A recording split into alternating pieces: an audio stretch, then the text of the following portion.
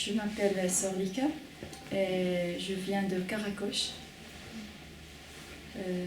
Alors, je vais essayer de parler de cette nuit qui était très triste, ou ce jour-là,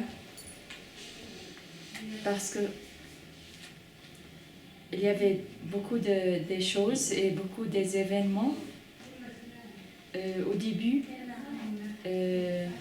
on a entendu que le Peshmerga, avec les armées irakiennes, il y a beaucoup des idées et du coup des choses qui sont tristes, mais je vais essayer. Ce jour-là, on a entendu que les armées irakiennes, avec le Peshmerga, vont essayer de s'éloigner les islamistes de village de Karakosh vers Mossoul pour les entourer. Le Peshmerga ont donné des garanties pour nous, pour ne pas quitter le village, et tout est bien et tout marche bien. Alors ils peuvent nous défendre. Alors c'est pourquoi on est entendu quelque chose, mais on ne savait ce que c'est. Alors le matin, on a entendu les bombes. On a dit que c'est normal parce qu'il y a un affrontement entre les deux parties. Alors la partie les Peshmerga avec l'armée irakienne, alors et avec les islamistes. 10 heures du matin, il y avait des bombes qui ont tombé dans le village. Et on avait trois décédés, des personnes décédées, deux enfants avec une jeune fille. Dans ce temps-là, ils avaient quelque chose qui est très triste dans le village, parce que c'était une nouvelle terrible.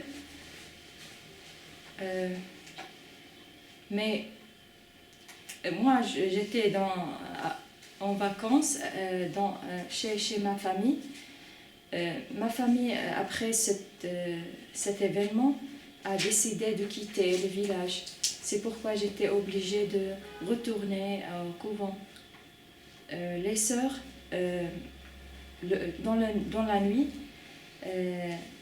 Sœur Maria a demandé aux sœurs si elles veulent quitter le village ou non, parce qu'on n'avait rien des nouvelles ou quelqu'un qui donne des conseils si on reste ou si on quitte. Alors on a dit qu'on préfère de rester, parce qu'on a pensé que c'était comme la fois précédente, qu'on quitte. Daesh ne peuvent pas entrer dans le village parce que les Peshmerga nous défendent. Alors, à 11h du soir, Sœur Maria a dit qu'il faut quitter le village parce qu'il y a quelque chose qui est terrible va devenir. C'était très, très, très difficile pour nous. Il a dit que vous avez une demi-heure pour prendre les essentielles choses que vous voulez. Après cela, on a quitté et on a vu un mer de voitures, beaucoup de voitures, partout, des camions. C'était très triste parce que les camions portaient des enfants, des handicapés, des choses. Alors, les personnes dormaient sur les toits des voitures, et dans les camions. Et c'était terrible. Après cela, la distance entre Arbil et Karakosh prend 1 heure. Alors on a fait 10 heures de route parce qu'il y avait un embouteillage. Et alors il y avait un événement qui est arrivé au point de contrôle.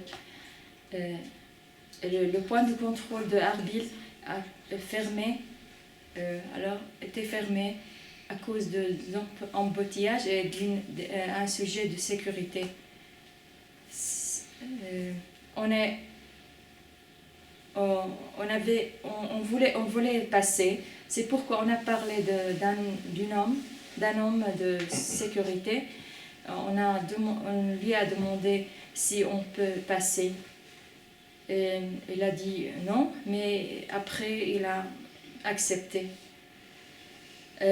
Quand on est passé ce point, il y avait une ambulance, une voiture d'ambulance après nous.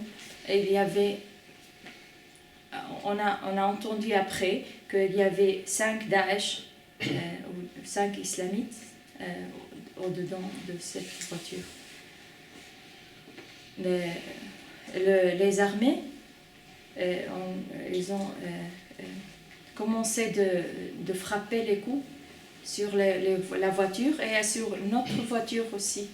Et on a vu que les personnes qui marchent à pied courent et prendre leur enfant, les mamans prendre leur enfant et jeter dans notre voiture pour les sauver. Et c'était très terrible. C'est un moment qu'on je ne peux pas oublier.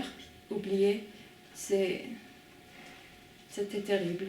Alors, après, on est arrivé au séminaire où le patriarche Sako a accepté de nous donner une place dans ce séminaire pour passer quelques jours. Parce qu'on n'avait pas une place, parce que notre maison ici à Ankawa ne suffit pas, on ne peut pas accueillir ce énorme nombre de sœurs. Alors, on a vu que les personnes qui sont réfugiées, qu'ils étaient réfugiés dans les rues, qui dorment dans les rues et dans les jardins et partout. C'était triste et on a vu que la personne irakienne est sans dignité et sans droit. C'est triste, mais c'est ça.